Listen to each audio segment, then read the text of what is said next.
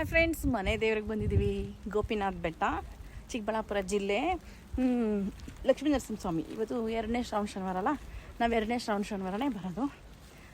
So ಹನಿ ಬೀಳ್ತಾ ಇದೆ. Full ಬೆಟ್ಟ ನೋಡ್ರಿ,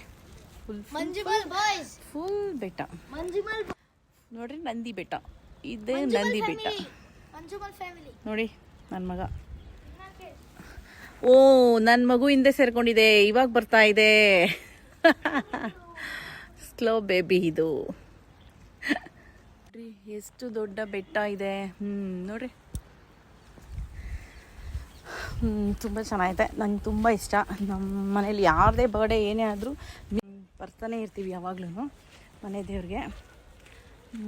ಓಕೆ ಫ್ರೆಂಡ್ಸ್, ಇನ್ನೇನು ಶ್ರಾವಣ ಶನಿವಾರ ಬನ್ನಿ ಊಟಕ್ಕೆ ಎಲ್ಲರೂ.